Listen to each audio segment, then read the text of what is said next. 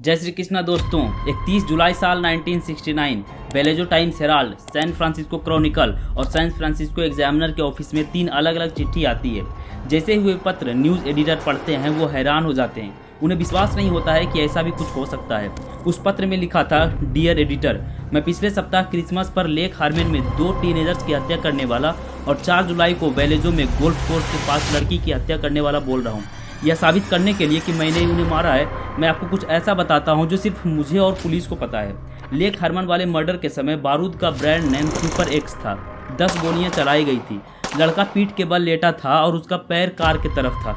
लड़की अपने दाहिने पैर पश्चिम की ओर करके लेटी थी।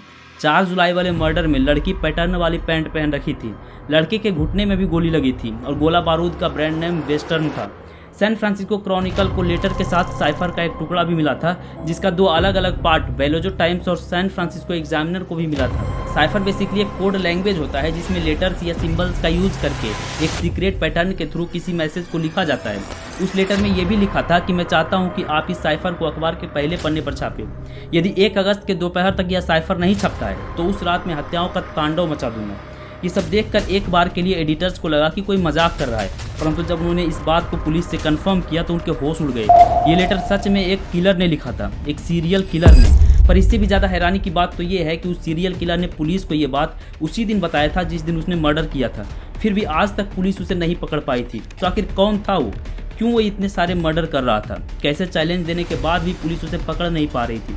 और क्या था उस कोडेड लेटर में जिसमें उस हत्यारा के बारे में कुछ ऐसा पता चलने वाला था जिसकी किसी को उम्मीद नहीं थी? क्या पुलिस उसे कभी पकड़ पाएगी या बनकर रह जाएगा ये एक ग्रेटेस्ट मर्डर मिस्ट्री? आइए जानते हैं इन सब सवालों का जवाब आज के इस वीडियो में। वीडियो में आगे बढ़ने से पहले थोड़ा सा समय निकालकर इस वीडियो को लाइक कर दीजिए। यदि चैनल पर नए हैं तो चैनल को सब्सक्राइब करके बेल नोटिफिकेशन भी ऑन कर दीजिए। अब आते हैं वीडियो की ओर। तो कहानी की शुरुआत होती है साल 1968 से। क्रिसमस आने में अभी 5 दिन बाकी था। बेहद ही कम क्राइम रेट वाले बेनिसिया शहर के डेविड ऑर्थर फैराडे अपनी फ्रेंड बेटी लू जेनसन के साथ अपने पहले डेट पर निकलते हैं। 16 वर्षीय बेटी लू जेनसन और 17 वर्षीय ऑर्थर फैराडे इस बात से पूरी तरह से अनजान थे कि उस रात उनके साथ क्या होने वाला है। वो लोग गाड़ी लेकर लेक हार्मन रोड की तरफ ले जाते हैं। अंधेरा पूरी तरह से हो रहा था और समय लगभग 7:40 हो गया था। वो लोग गाड़ी को एकांत में पहाड़ियों की तरफ ले जाकर पार्क करते हैं। इतने में पीछे से एक और कार आती है और वहाँ रुक जाती है। 7:44 एक व्यक्ति उस कार से निकलता है और फैराडे के कार के ड्राइवर वाले दरवाजे पर हैंड गन से गोलियां बरसाना शुरू कर देता है। एकदम से हुए इस गोलीबारी में दोनों को समझ नहीं आया कि आखिर हुआ क्या। जब तक वो लोग कुछ समझ पाते तब तक फैराडे को गोलियां लग चुकी थी। ये देखकर जेनसन घबरा जाती है और गाड़ी से निकलकर भागने लगती है। अभी वो गाड़ी से मात्र 26 फीट ही दूर गई थी तब तक उस पर पीछे से गोली चलती है। पूरे 5 गोलियां जेनसन के पीठ पर उतार दिया जाता है। जाते जाते उस किलर ने 22 कैलिबर के एक राइफल से फैराडे के सिर पर गोली मारी थी, परंतु पुलिस इन्वेस्टिगेशन में उस व्यक्ति का कोई सबूत नहीं मिला। ये शुरुआत थी इतिहास के one of the biggest murder mystery की, जो एक सीरियल किलर के खोज पर जाकर रुकने वाली थी। इस घटना के 6 महीने बाद 4 जुलाई 1969 को माइकल रेनाल्ड अपनी फ्रेंड डार्लिन एलिजाबेथ के साथ घूमने के लिए निकलते हैं। उस रात वो दोनों इस बात से अनजान थे कि कोई उसकी गाड़ी का पीछा कर रहा था, और जब उन्हें इस बात का अंदाजा हुआ तो उन्होंने अपनी कार को ब्लू रॉक स्प्रिंग पार्क की तरफ ले जाकर रोकते हैं। माइकल को लगा कि वो पीछा करने वाला व्यक्ति चला गया है, परंतु कुछ देर के बाद ही वो गाड़ी फिर से वापस आती है और पीछे का रास्ता ब्लॉक करते हुए रुक जाती है। शायद डार्लिन जानती थी कि वो लड़का कौन था, परंतु माइकल को लगा कि ये कोई पुलिस वाला है, इसलिए उन्होंने अपना पर्स निकाला ताकि कुछ पैसे उसे दिए जा सके। इतने में चश्मा पहना हुआ एक व्यक्ति बड़ी सी टॉर्च लेकर उस गाड़ी से निकलता है और माइकल और डार्लिन पर गोलियां बरसाना शुरू कर देता है।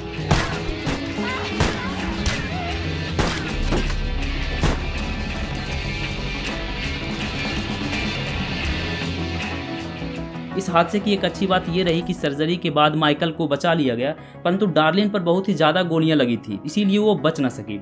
उसी रात 12:40 पर वेलेजो पुलिस विभाग के ऑफिस में एक कॉल आता है। Vallejo Police Department.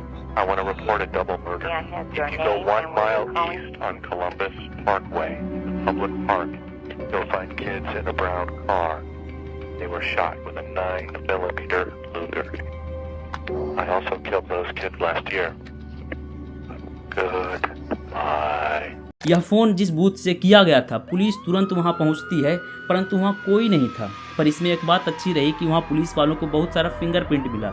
जो शायद अभी अभी किसी ने छोड़े थे। कुछ फिंगरप्रिंट्स तो इतने ताज़े थे कि सबसे पहले तो उसे सुखाया गया, उसके बाद उसे कलेक्ट किया गया। याद कीजिए वीडियो की शुरुआत में मैंने आपको बताया था कि 31 जुलाई साल 1969 को उसी सीरियल किलर ने Vallejo Times Herald, San Francisco Chronicle और सैन फ्रांसिस्को एग्जामिनर को वो लेटर भेजा था। उस लेटर में साइफर का एक टुकड़ा भी था जिसे उसने अखबार में छापने के लिए बोला था। उसने उस लेटर पर ये एक साइन भी छोड़ा था जो आगे चलकर उसका सिंबल बन गया। इस समय पर उस सीरियल किलर का आतंक इतना ज़्यादा बढ़ गया था कि तीनों अखबारों ने उसके कोड को अपने फ्रंट पेज पर छापा।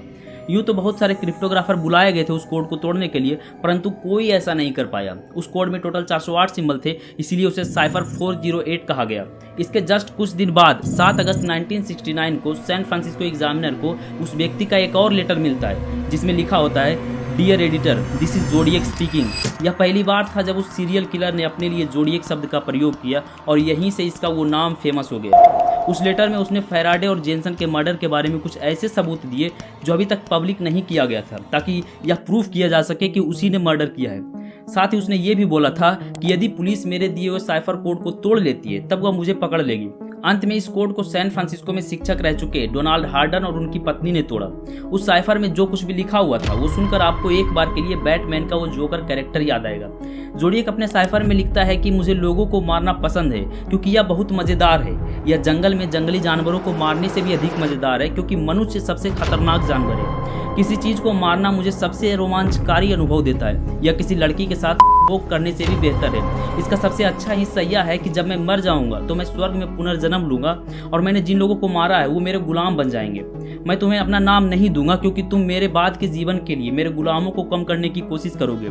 कोई व्यक्ति इस बात को इमेजिन भी नहीं कर सकता है कि जोडिएक अपने अंधविश्वास और बस थोड़े से मजे के लिए एक सीरियल किलर बन जाएगा। ये सुनकर ही आपको इस बात का अंदाजा हो रहा होगा कि वो कितना क्रूर था।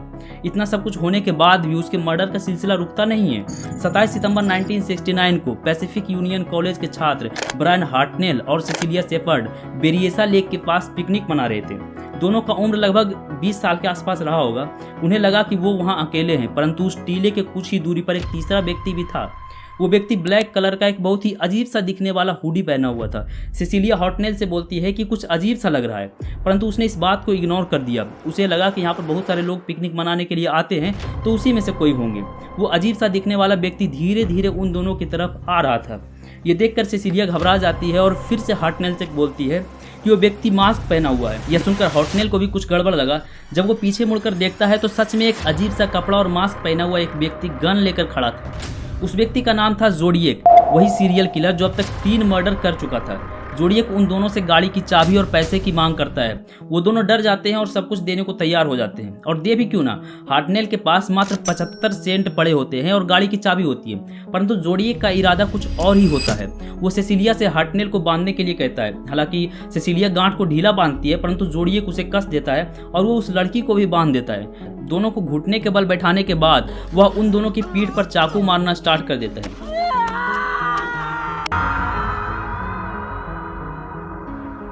उन दोनों की चीख सुनकर पास की एक खाड़ी में मछली पकड़ रहे एक व्यक्ति और उनके बेटे जल्दी से वहां आए और पार्क के सुरक्षा कर्मियों के साथ मिलकर उन्हें हॉस्पिटल पहुंचाने में मदद की। इस हमला के 2 दिन बाद ही सिसिलिया की मृत्यु हो जाती है, परंतु हार्टनेल इस अटैक को सर्वाइव कर जाते हैं और ये पूरी स्टोरी मीडिया को बताते हैं। उस रात पुलिस को वहां पर एक फुटप्रिंट भी मिला था जो नॉर्मल फुटप्रिंट से बिल्कुल अलग था। वो जिस जूता का फुटप्रिंट था उसे विंग वॉकर जूता कहा जाता था, जो मेनली मरीन फोर्स और एयरफोर्स बांधते थे। क्लू तो इस समय तक बहुत सारा मिल गया था, परंतु अभी भी पुलिस फोर्स उस सीरियल किलर के आसपास तक भी नहीं पहुंची थी। जिस दिन हमला हुआ था उसी दिन शाम 7:40 में जोडिएक नापा शहर के शेरिफ विभाग में कॉल करता है और अपने द्वारा किए गए मर्डर की जानकारी देता है।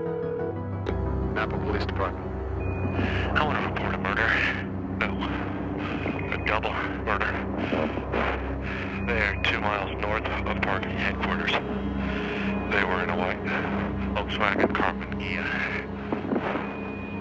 I'm the one that did it. ये एक तरह से पुलिस को फिर से चुनौती देने के बराबर था।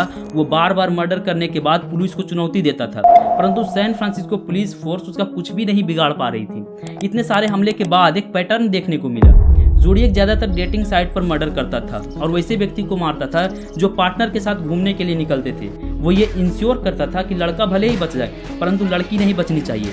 2 हफ्ते के बाद 11 अक्टूबर 1969 को रात लगभग 9:40 पर जोडियक फिर से सैन फ्रांसिस्को शहर के बीच एक टैक्सी में बैठा, जिसे पॉल स्टाइन नाम के एक व्यक्ति चला रहे थे। पहले तो जोडियक कुछ देर तक ड्राइवर को गाड़ी चलाने का इंस्ट्रक्शन देता है।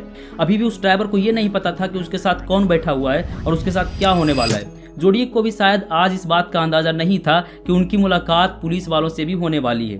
कुछ देर के बाद लगभग 9:55 पर वो गाड़ी को एक ऐसी जगह पर रोकने के लिए बोलता है जहां कंपैरेटिवली ज़्यादा अंधेरा था। जैसे ही गाड़ी रुकती है, वो अपना हैंड गन निकालकर स्टाइन के सिर पर गोली मारता है, जिससे स्टाइन की मौके पर ही मौत हो जाती है। उसने स्टाइन का पर्स, कार की चाबियां और एक ऐसा चीज ले गया था जो वीडियो में आपको आगे पता चलेगा। इस बार जोडियक अपना ट्रेडिशनल पैटर्न तोड़ता है, परंतु इस घटना को सड़क के उस पार खड़े 3 बच्चों ने देखा और उन्होंने तुरंत ही पुलिस को इस बात की खबर दी। What is your location? 3390 at Washington, at the corner of Church. One son told me think he's robbing him. Is the crime still in progress? Yes, please hurry. कुछ मिनटों में ही पुलिस वहां पहुंच गई। तब उन बच्चों ने पुलिस को उस किलर का हुलिया बताया। उसकी उम्र लगभग 35 से 40 वर्ष के बीच थी। वो लगभग 5 फुट 10 इंच लंबा था, वजन लगभग 180 से 220 पाउंड के बीच होगा, और सबसे बड़ी बात, वो काला जैकेट पहना हुआ एक गोरा व्यक्ति था। सौभाग्य से जोडियक अभी वहां से गया नहीं था। क्राइम सीन के मात्र 2 ब्लॉक्स दूर ही ऑफिसर डॉन फोके को जोडियक दिख जाता है। इस समय पर सबसे बड़ी गलती ये हुई थी कि फोन पर ऑफिसर को एक निग्रो व्यक्ति को ढूंढने के लिए कहा जाता है। निग्रो बेसिकली अमेरिका में काले लोगों को कहा जाता है। शायद बच्चे जब हुलिया बता रहे थे तब वहां मौजूद पुलिस ऑफिसरों ने गलती से श्वेत की जगह अश्वेत सुन लिया था और पूरा पासा यहीं से पलट गया। ऑफिसर डॉन फोके उस व्यक्ति से पूछते हैं कि क्या आपने यहाँ कुछ अजीब होते हुए देखा है। तब उस व्यक्ति ने बड़ी ही चालाकी से जवाब दिया कि सामने वाली गली में एक व्यक्ति गन लहराते हुए भाग रहा था। यदि पुलिस ऑफिसर अपनी गाड़ी से उतरकर भी देख लेते तो शायद उन्हें जोडियक के जैकेट पर खून के धब्बे दिख सकते थे। कुछ समय बाद ही फॉक्स रेडियो ने उस गलती को सही किया और अश्वेत की जगह श्वेत व्यक्ति होने का दावा किया, परंतु तब तक वो सस्पिशियस व्यक्ति वहां से गायब हो गया था। जोडियक ने अपना पैटर्न इसलिए तोड़ा था ताकि वो इस बात को साबित कर सके कि सिर्फ एकांत में ही नहीं बल्कि वो जब चाहे जहां चाहे किसी का भी मर्डर कर सकता है। 14 अक्टूबर 1969 सैन फ्रांसिस्को क्रॉनिकल के पास जोडियक का एक और लेटर आता है। इस बार जोडियक अपने लेटर के साथ कोई कोड नहीं भेजता है बल्कि कपड़े का एक टुकड़ा भेजता है। इस कपड़े के साथ एक खास बात यह थी कि वह खून से लथपथ था। उस पत्र में लिखा हुआ था, दिस इज जोडियक स्पीकिंग, मैंने ही उस टैक्सी ड्राइवर को मारा है और उसे साबित करने के लिए ये रहा खून से सना हुआ उसे कमीज का टुकड़ा।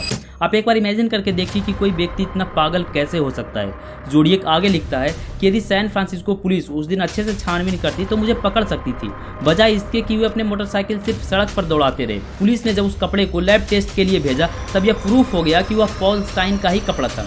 लेटर पर यदि वापस आए तो इसके बाद जो उसमें लिखा हुआ था उसे देखकर आपको भी लगेगा कि वो किलर अपने पागलपन के हद को पूरी तरह से पार कर चुका था। जोडियक आगे लिखता है कि मुझे स्कूल के बच्चों को मारने में मजा आता है, किसी दिन मैं पूरे स्कूल के बस का सफाया कर दूंगा।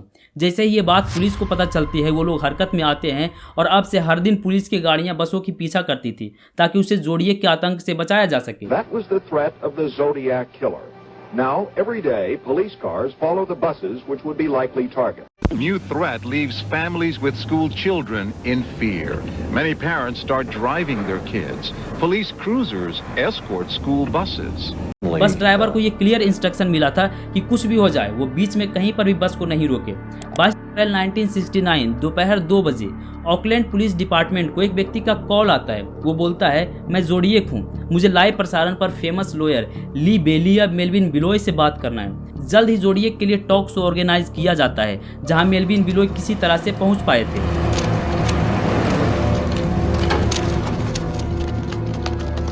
कुछ देर में ही उस व्यक्ति का कॉल आता है। जब उससे उसका नाम पूछा गया तब वो बताता है सैम। मेल्विन बिलोय किसी तरह से उसे मिलने के लिए कन्विंस कर लेते हैं, पर वो व्यक्ति मिला नहीं जिन लोगों ने जोडियक का आवाज़ सुना था। जब उनसे पूछा गया तब उन्होंने बताया कि नहीं, ये जोडियक का आवाज़ नहीं है। बाद में इन्वेस्टिगेशन में पता चला कि वो कॉल नापा स्टेट हॉस्पिटल की एक मेंटल पेशेंट का था। कुछ दिन बाद 8 नवंबर 1969 को जोडियक एक और साइफर कोड भेजता है जिसमें टोटल 340 सिंबल होते हैं, इसीलिए उसका नाम साइफर 340 पड़ता है। एक दिन बाद वो 7 पेज का एक और लेटर भेजता है जिसमें उन्होंने एक्सप्लेन किया कि कैसे पॉल स्टाइन मर्डर के जस्ट 3 मिनट बाद 2 पुलिस वालों ने उसे रोककर उससे बातचीत की। यदि आपको कुछ याद आ रहा है तो मैं इस बारे में पहले ही एक्सप्लेन कर चुका हूँ। डेविड फैराडे और लिव जेनसन के मर्डर के पूरे 1 साल बाद कैब ड्राइवर स्टाइन के कपड़ों के साथ जोडिएक फिर से एक लेटर भेजता है जिसमें वो बोलता है कि उसे लॉयर मेल्विन बिलोय की हेल्प चाहिए। अब ऐसा नहीं कि पुलिस कुछ कर नहीं रही थी, प्रॉब्लम ये थी कि पुलिस जोडिएक को पकड़ ही नहीं पा रही थी। पुलिस क्या क्या कर रही थी वो तो मैं आपको वीडियो में आगे बताऊंगा ही, परंतु उससे पहले ये जान लीजिए कि आखिर जोडिएक ने क्या क्या किया था। बैक टू द पॉइंट, तो वो इसी तरह से अथॉरिटीज से लेटर के थ्रू बात करते रहता था। अगला लेटर वो भेजता है 20 अप्रैल 1970 को। इस लेटर में जोडिएक अपना नाम बताता है। वो लिखता है, this is Zodiac speaking, my name is. इसके बाद वो अपना नाम 13 अक्षरों वाला एक कोड में लिखता है। वो आगे लिखता है कि मैं सैन फ्रांसिस्को पुलिस डिपार्टमेंट में हाल ही में हुए बॉम्बिंग के लिए जिम्मेदार नहीं हूँ। इस लेटर में वो एक बॉम्ब का डायग्राम भी बनाता है जिसके बारे में उसने दावा किया था कि वह इसका इस्तेमाल स्कूल बस के बच्चों को उड़ाने के लिए करेगा। अंत में सबसे नीचे लिखता है, Zodiac is equal to 10, San Francisco police department is equal to 0। यानी अभी तक वो 10 मर्डर कर चुका था और पुलिस उसे अभी तक छू भी नहीं पाई थी। बार बार जोडिएक पुलिस वालों का मजाक उड़ाने से पीछे नहीं हटता था, और करे भी क्यों ना। पुलिस अपने इतने सारे इंटेलिजेंस, इतने सारे टेक्नोलॉजी के बाद भी एक किलर को नहीं पकड़ पा रहा था, जबकि वो किलर बार बार पुलिस वालों को चुनौती देता था। एक लेटर में तो उसने ये भी लिखा था कि पुलिस वाले मुझे कभी नहीं पकड़ सकते हैं क्योंकि मैं उनसे ज्यादा चालाक हूँ। 26 जून 1970 को जोडिएक सैन फ्रांसिस्को के मैप के साथ एक लेटर भी भेजता है जिसमें अगेन फिर से एक साइफर कोड था। उस लेटर में लिखा हुआ था कि यदि इस कोड को कोई डिकोड करता है तो यह उसे एक ऐसी जगह पर ले जाएगी जहां पर मैंने बॉम्ब को छुपा कर रखा है। अभी तक जितने भी साइफर कोड दिए गए थे उसमें से मात्र एक कोड ही डिकोड हो पाए थे, बाकी कई दशकों तक फिर से कोई कोड डिकोड नहीं हो पाया। इनफैक्ट आज तक भी मात्र 2 कोड ही संभवतः डिकोड किए गए हैं। इसके बारे में मैं आपको वीडियो में आगे बताऊंगा, इसीलिए वो बॉम्ब कहाँ है आज तक किसी को पता नहीं चला। अगले कुछ दिनों तक लेटर्स का वो सिलसिला चलता रहता है। फिर 3 साल की खामोशी के बाद फाइनली 29 जनवरी 1974 को वो अपना अंतिम लेटर सैन फ्रांसिस्को क्रॉनिकल को भेजता है जिसमें वो नीचे लिखता है, me is equal to 47, San Francisco police department is equal to 0। यानी अभी तक वो 47 लोगों को मार चुका था और पुलिस उसे अभी तक नहीं ढूंढ पाई थी। यह आखिरी बार था जब जोडिएक का कम्युनिकेशन अथॉरिटीज या न्यूज चैनलों के साथ हुआ था। इसके बाद जितने भी लेटर्स आए थे सभी फेक थे। लोगों ने अटेंशन पाने के लिए और फेमस होने के लिए खुद को जोडिएक क्लेम करना स्टार्ट कर दिया। अब आते हैं इस टॉपिक पर कि जोडिएक यदि इतना कुछ कर रहा था तो आखिर पुलिस वाले क्या कर रहे थे। तो अभी तक पुलिस बहुत सारे लोगों को संदिग्ध के रूप में पकड़ रखा था, जिसमें से मुख्य रूप से रिचर्ड मार्शल, रिचर्ड गायकोव्स्की, लॉरेंस केन, गैरी फ्रांसिस पोस्टे, पॉल डोयर जैसे लोग थे। इन सब लोगों से अलग सबसे ज़्यादा संदिग्ध व्यक्ति थे आर्थर ले एलन। पुलिस के द्वारा भी एकमात्र व्यक्ति जो सबसे ज़्यादा सस्पिशियस के रूप में कंसीडर किए गए थे वो यही थे। अब वीडियो में आगे बढ़ने से पहले आपको एलन के बारे में बता देता हूँ। तो इनका जन्म 18 दिसंबर 1933 में हवाई शहर में हुआ था। पढ़ाई लिखाई भी ये वेलेजो कैलिफोर्निया से ही किए थे। बाद में ये अमेरिका में 1951 से 1959 तक नेवी के रूप में काम किए थे। अब ये बात याद रखिएगा क्योंकि आगे इसको रिलेट करेंगे। रिटायरमेंट के बाद उन्होंने बैचलर्स की डिग्री ली और 1962 में कैलिफोर्निया के फेयरफील्ड में ट्रेविस एलिमेंट्री स्कूल में पढ़ाना शुरू कर दिया। हालांकि कई बार ये स्कूल बंदूक लेकर जाते थे, इसीलिए इन्हें नौकरी से भी निकाल दिया गया। फिर 1966 में इन्हें वेली स्प्रिंग एलिमेंट्री स्कूल में टीचर की नौकरी मिली। 1968 में एलेन पर यह आरोप लगाया गया था कि उन्होंने स्टूडेंट्स के साथ सेक्सुअल असॉल्ट किया है और इसीलिए उन्हें फिर से नौकरी से निकाल दिया गया। अब आते हैं वीडियो की मेन टॉपिक पर। तो सबसे पहले 6 अक्टूबर 1969 को वेलेजो पुलिस डिपार्टमेंट के डिटेक्टिव जॉन लिंच ने एलेन से पूछताछ की थी, क्योंकि 27 सितंबर 1969 को लेक बेरिएसा वाले हमले के समय एलेन उसी एरिया के आसपास थे। जब उनसे इस बारे में पूछा गया तब उन्होंने बताया कि वह उस दिन साल्ट पॉइंट में स्कूबा डाइविंग कर रहे थे। 1971 में एलेन पहली बार एक सस्पेक्ट के रूप में सामने आए जब एलेन के एक दोस्त डॉन चेनी ने पुलिस में इस बात की सूचना दी कि शायद वही जोडिएक हो सकता है। 1962 में चेनी एलेन से मिले थे और 1968 में वो एक अच्छे दोस्त बन गए। डॉन चेनी ने बताया कि 1968 और 1969 के बीच जब वो दोनों कहीं घूमने के लिए गए थे तब एलेन ने एक कपल को मारने की कोशिश की। उसने आगे कहा कि वह एक बैरल से जुड़ी हुई टॉर्च के साथ एक बंदूक का इस्तेमाल करेगा। एलेन ने यह भी बोला था कि वह जोडिएक के नाम से पुलिस को पत्र लिखेगा।